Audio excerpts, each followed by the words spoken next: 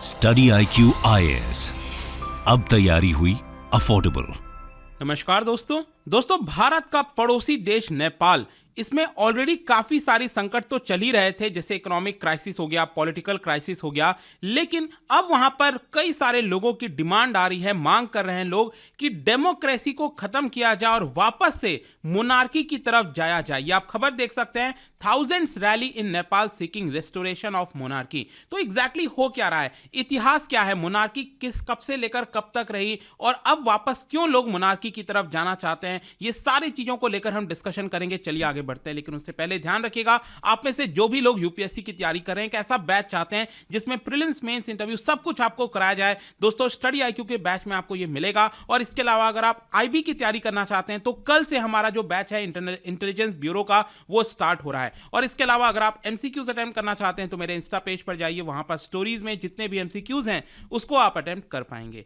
चलिए शुरुआत करते हैं और सबसे पहले ये देखते हैं कि एग्जैक्टली हुआ क्या है। मैं आपको दिखा दूं, नेपाल के अंदर आप देखोगे इसकी जो कैपिटल है काठमांडू, तो काठमांडू के आउटस्कर्ट्स में बताया जा रहा है कि यहां पर कई सारे लोग इकट्ठा हो गए थे और वो काठमांडू के सेंटर की तरफ जाने की कोशिश कर रहे थे, मेन इलाके में जाने की कोशिश कर रहे थे। और ये जो प्रोटेस्टर्स हैं उनका मेन डिमांड यही था कि वापस से जो किंग का शासन है, जो राजशाही का शासन हुआ करता था 2008 तक, उसको वापस से लाया जाए। और इसी को देखते हुए यहां पर जो पुलिस है और जो प्रोटेस्टर्स हैं, दोनों के बीच में काफी बड़ी झड़प देखने को मिली, क्लैशेस देखने को मिला, काफी लोग घायल भी हैं। इनफैक्ट आप देख सकते हो 30 के आसपास लोग घायल हुए हैं, जिसके अंदर 5 पुलिसमैन भी शामिल हैं और काफी तोड़फोड़ भी हुआ है, ऐसा बताया जा रहा है। तो इस तरह की चीजें आपको देखने को मिलेंगी। अगेन इस पिक्चर्स में आप देख सकते हो कैसे जो लोग नेपाल का झंडा है वो सड़कों पर लेकर उठ रहे हैं और एक तरह से राजा को सपोर्ट कर रहे हैं, जो इनके लास्ट किंग थे ना, किंग ज्ञानेंद्र, उनको एक तरह से सपोर्ट कर रहे हैं और कह रहे हैं कि वापस से मोनार्की आना चाहिए और जो सिस्टम इस समय चल रहा है वो बंद हो जाना चाहिए। यहां पर मैं आपको यह भी बता दूं, जो अथॉरिटीज हैं इस समय नेपाल के अंदर काठमांडू में, उन्होंने कई सारे एरियाज में ऑलरेडी यहां पर प्रोटेस्ट को बैन कर रखा था, क्योंकि इस तरह की आशंका थी कि लोग सेंटर में आ सकते हैं। एंड यहां पर आप देख सकते हो जो प्रोटेस्टर्स हैं उनका क्या कहना है, we love our king and country more than our lives, bring back the monarchy, abolish the republic. और यहां पर जो सपोर्टर्स हैं फॉर्मर किंग के, दैट इज किंग ज्ञानेंद्र, उनके सपोर्टर्स पूरे नेपाल के कई हिस्सों से आए थे, बताया जा रहा है बहुत सारे, थाउजेंड्स की संख्या में अलग अलग हिस्से में आए थे और वो काठमांडू में एकत्रित हुए थे और वो इसी चीज को लेकर प्रोटेस्ट करना चाहते थे। उन्होंने साथ ही साथ सरकार और पॉलिटिकल पार्टीज पर भी आरोप लगाया कि जिस तरीके से इस समय वो शासन कर रहे हैं वो पूरी तरह से गलत है, वो गवर्नेंस में फेल हो गए हैं और करप्शन काफी ज्यादा पॉलिटिकल पार्टीज में आ चुका है और इसीलिए हम चाहते हैं कि इस समय इस पूरे सिस्टम को एंड किया जाए। देखो नेपाल की अगर आप बात करोगे तो पिछले कई वर्षों से वहां पर इंस्टेबिलिटी आपको देखने को मिलेगी। ये जो पिक्चर आप देख रहे हैं, ये जो लास्ट किंग थे ना नेपाल के, दैट इज किंग ज्ञानेंद्र, ये आप देख रहे हो, दैट इज किंग ज्ञानेंद्र वीर विक्रम शाह देव, ये इनका पूरा नाम है। तो ये लास्ट किंग थे। वैसे मैं आपको एक और चीज बता दूं, जो प्रोटेस्टर्स है उनका ये तो कहना ही है कि मोनार्की को वापस लाया जाए और साथ ही साथ यहां पर जो हिंदू राष्ट्र का दर्जा है वो वापस से दिया जाए। मैं आपको बता दूं कि 2008 में वहां पर जो मोनार्की है वो एंड हो गया था और साथ ही साथ 2007 में, उसके पहले एक साल पहले, जो नेपाल है उसको हिंदू राष्ट्र से सेकुलर स्टेट का दर्जा दिया गया था कि ये सेकुलर स्टेट माना जाएगा। ये 2007 में हुआ था। तो प्रोटेस्टर्स का कहना है कि दोनों चीजों को वापस यहां पर लाया जाए। थोड़ा सा इतिहास में चलते हैं और मैं आपको मोनार्की के बारे में बताता हूं। देखो नेपाल के अंदर आप देखोगे राजशाही जो है वो लगभग 239 ईयर्स तक रही थी, 2008 तक। एक्चुअली क्या था कि 2008 के पहले आप देखोगे तो पूरे नेपाल में काफी बड़ी माओइस्ट इंसर्जेंसी चली थी, करीब 1996 से लेकर 2006 के बीच में, और बताया जाता है कि 17,000 के आसपास लोगों की मृत्यु हुई थी। देखो ये तो ऑफिशियल आंकड़ा है, एग्जैक्ट कितने लोगों की मृत्यु हुई थी ये शायद कोई अंदाजा भी नहीं लगा सकता। लेकिन यहां पर जो माओइस्ट थे वो एक तरह से जो राजतंत्र है उसको एंड करना चाहते थे। उनका कहना था कि ये पूरी तरह से खत्म होना चाहिए और इसीलिए काफी ज्यादा इंस्टेबिलिटी उस समय देखने को मिल रहा था। और फाइनली 2006 में काफी बड़ा प्रोटेस्ट हुआ था और जो उस समय के किंग थे, किंग ज्ञानेंद्र, और वैसे मैं आपको यह भी बता दूं, मैं डीप में तो नहीं जाऊंगा, लेकिन उस समय जो लोगों का आक्रोश है वो भी काफी ज्यादा किंग ज्ञानेंद्र के ऊपर था, ठीक है। और काफी लोग भड़के हुए थे किंग ज्ञानेंद्र के ऊपर कि जिस तरह से वो राजा बने, जिस तरह से जो पूरी उनकी रॉयल फैमिली है उनको मारा गया और वो राजा बन गए, तो लोगों का भी काफी ज्यादा गुस्सा था। 2006 में इसी को लेकर काफी प्रोटेस्ट भी हुआ था।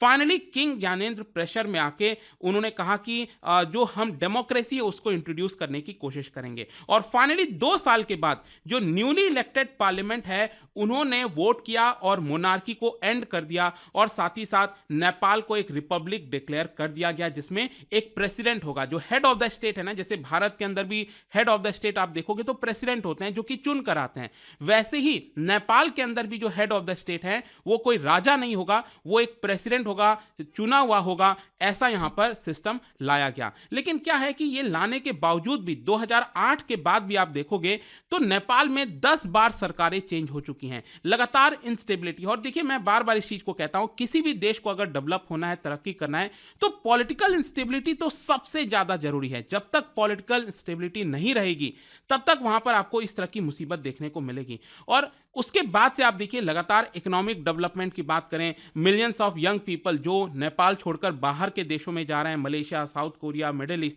कई देशों में वो जा रहे हैं, माइग्रेट करना चाहते हैं, वहां पर नहीं रहना चाहते। तो इस तरह की सिचुएशन लगातार अभी तक देखने को मिली है। और तब से लेकर जब से 2008 से जो राजा हैं वो हटे हैं ज्ञानेंद्र, उसके बाद से एज अ वो प्राइवेट सिटीजन वो वहां पर रह रहे हैं। लेकिन उन के ऊपर काफी सारे लोगों का भरोसा आज भी है, और आज भी बहुत से ऐसे लोग हैं जो कि चाहते हैं कि किंग ज्ञानेंद्र को वापस से लाया जाए, और जिस तरह की डेमोक्रेसी समय चल रही है ऐसा नहीं होना चाहिए। अब क्वेश्चन यहां पर यह है कि ये जो पूरा प्रोटेस्ट हो रहा है नेपाल के अंदर, स्पेशली काठमांडू में ये जो हुआ कि मोनार्की को वापस लाना चाहिए, ये प्रोटेस्ट है क्या और ये कौन इसको हेड कर रहा है? मैं आपको बता दूं, ये जो पूरा मूवमेंट चल रहा है इसका पूरा नाम अगर आप देखोगे ये इस नाम से जाता है, राष्ट्र, राष्ट्रीयता, धर्म, संस्कृति और नागरिक बचाओ आंदोलन, movement for protection of nation, nationalism, religion, culture and citizen. ये जो पूरा मूवमेंट है बेसिकली ये लेड किया जा रहा है बाय अ बिजनेसमैन जिनका नाम है दुर्गा प्रासेन, जो कि इस समय वो डिमांड कर रहे हैं कि जिस तरीके का कोलिशन गवर्नमेंट चल रहा है बाई माओइस्ट प्राइम मिनिस्टर पुष्प कमल दहल, जिनको प्रचंडा के नाम से जाना जाता है, इस पूरे सरकार को एंड कर दिया जाए। देखो थोड़ा सा यहाँ पर जो पॉलिटिकल सिस्टम है वो थोड़ा सा मैं आपको बता देता हूं। जैसा कि आप देख सकते हो वहां पर भी जो नेपाल है वहां की जो पार्लियामेंट आप देखोगे, जो लोअर हाउस है उसका नाम है हाउस ऑफ रिप्रेजेंटेटिव। जैसे भारत के अंदर लोकसभा होता है वैसे ही वहां पर हाउस ऑफ रिप्रेजेंटेटिव्स हैं, और उनकी जो टोटल सीट्स है वो है 275 सीट्स। तो जाहिर सी बात है यहां पर जो मेजॉरिटी है समय गवर्नमेंट में आप देख सकते हो उनके पास है 156 सीट। अब 156 सीट्स में आप देखोगे जिनके पास मेजॉरिटी है वो है नेशनल कांग्रेस। अब ये जो नेशनल कांग्रेस के लीडर हैं वो बेसिकली शेर बहादुर द्यूबा, आपने सुना होगा, अभी जस्ट 2021 तक वो प्राइम मिनिस्टर थे, 2021-22 तक शेर बहादुर द्यूबा, ठीक है, वो नेशनल कांग्रेस से बिलोंग करते हैं। लेकिन जो प्राइम मिनिस्टर अगर आप देखिए नेपाल के अंदर जो सिस्टम चल रहा है वो बिलोंग करते हैं इससे सीपीएन माओइस्ट सेंटर। ये जो सीपीएन एमसी आप देख रहे हो ना, इन्हीं के लीडर हैं, दैट इज प्रचंडा, ठीक है, वो इस समय प्राइम मिनिस्टर में है, ठीक है। और जो इस समय ऑपोजिशन पार्टी है वो है सीपीएन यूएमएल, और इनके लीडर हैं केपी ओली। ओली आपने सुना होगा कई बार, और भारत के साथ काफ़ी जो संबंध है वो बिगड़ गए थे इनके कार्यकाल के दौरान। खैर जो भी है, यहाँ पर आई होप कि आप चीज़ को समझ रहे होगे कि नेपाल के अंदर एक्चुअली जो भी सरकार बनती है ना वो कभी भी किसी के साथ बन जाती है। मतलब जैसे भारत में आप यूजुअली देखो तो एक मेन जो दो पॉलिटिकल पार्टीज हैं बीजेपी और कांग्रेस, ठीक है, तो वो अपोजिट साइड हैं पूरी तरह से, और अलग अलग प्रकार के कोलिशन गवर्नमेंट देखे हैं। लेकिन वहाँ पर क्या है ना, कभी एनसी केपी ओली के साथ मिल जाएगी, या फिर जो प्रचंडा हैं वो केपी ओली के साथ मिल जाएंगे, या फिर यहां पर शेर बहादुर द्यूबा और जो प्रचंडा है वो एक साथ आ गए। तो कभी भी किसी प्रकार के अपने पॉलिटिकल बेनिफिट्स के लिए कोई भी किसी प्रकार की सरकार बना देता है, और कहीं ना कहीं यही सारी चीजों को देखते हुए लोगों के अंदर आक्रोश है, गुस्सा है, और इसीलिए यहां पर जो इस पूरे मूवमेंट को लीड कर रहे हैं प्रासेन, उनका कहना है कि यह सरकार इस समय गिरनी चाहिए, और उनका यह कहना है कि 1990 का जो कॉन्स्टिट्यूशन था उसको वापस लाया जाए। जब किंग बीरेंद्र थे उस समय, और 1990 में जिस तरह का कॉन्स्टिट्यूशन चल रहा था, और वो जो कॉन्स्टिट्यूशन था मैं आपको बता दूं, दैट वाज कॉन्स्टिट्यूशनल मोनार्की, इसको वापस लाने की बात यहां पर करी जा रही है। अब क्वेश्चन यहां पर यही है कि जिस तरीके से धीरे धीरे लोगों का जो रुझान है, जो लोगों का सपोर्ट है वो मोनार्की की तरफ जा रहा है, इसका मेन कारण क्या है, वो रीजंस क्या है मेन, वो हम थोड़ा सा समझ लेते हैं। सबसे पहला है लोगों के अंदर गुस्सा। अब ये गुस्सा क्यों है? क्योंकि यहां पर आप देखिए, चाहे वो रूलिंग पार्टी हो और ऑपोजिशन पार्टी हो, लोगों का गुस्सा इन सभी के ऊपर है, जितने पॉलिटिकल पार्टीज हैं, क्योंकि ये सभी पॉलिटिकल पार्टीज एक तरह से माने जाते हैं कि बहुत ज्यादा करप्ट हैं। जो पॉलिटिशियंस हैं वो पावर हंग्री हैं, अनएथिकल तरीके से काम करते हैं। जो पूरा प्रेजेंट पॉलिटिकल सिस्टम है वो एक तरह से डिसफंक्शनल हो चुका है नेपाल के अंदर, और लोग जो पॉलिटिशियंस है वो लोगों के भलाई के लिए नहीं, अपने भलाई के लिए काम करते हैं। तो ये एक तरह से परसेप्शन बन गया है लोगों में, और इसीलिए धीरे धीरे मोनार्की की तरफ जो सपोर्ट है वो लोगों का जा रहा है। फिर दूसरा मेन कारण है वो है इकोनॉमिक क्राइसिस। पिछले काफी समय से इकोनॉमिक क्राइसिस चल ही रहा था, लेकिन अब और तेजी से बढ़ गया है। चाहे आप इन्फ्लेशन की बात करिए, यहाँ पर पुअर गवर्नेंस की बात करिए, तो इसलिए भी लोगों का सिस्टम के ऊपर से भरोसा हट गया है।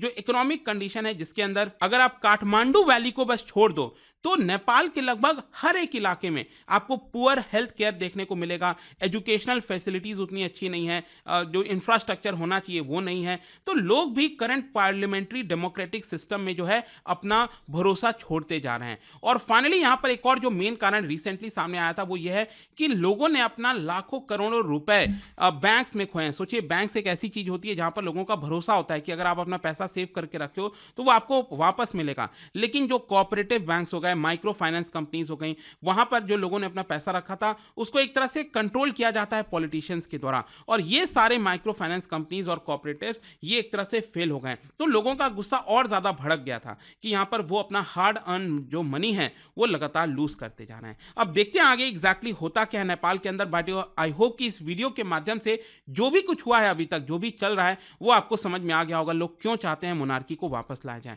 जाने से पहले एक इंटरेस्टिंग क्वेश्चन, क्या बता सकते हो यहां पर which form of government exist in Nepal? आपको ये बताना है इन चारों ऑप्शन में से। इसका राइट आंसर आप सबको पता है, मेरे इंस्टाग्राम पर तो मिलेगा ही। वहां पर अगर आप नहीं हो कोई बात नहीं, टेलीग्राम से आप इसका सही उत्तर ले सकते हैं। और मैं कई सारे जो एमसीक्यूज हैं वो यहां पर स्टोरीज में डालता रहता हूं।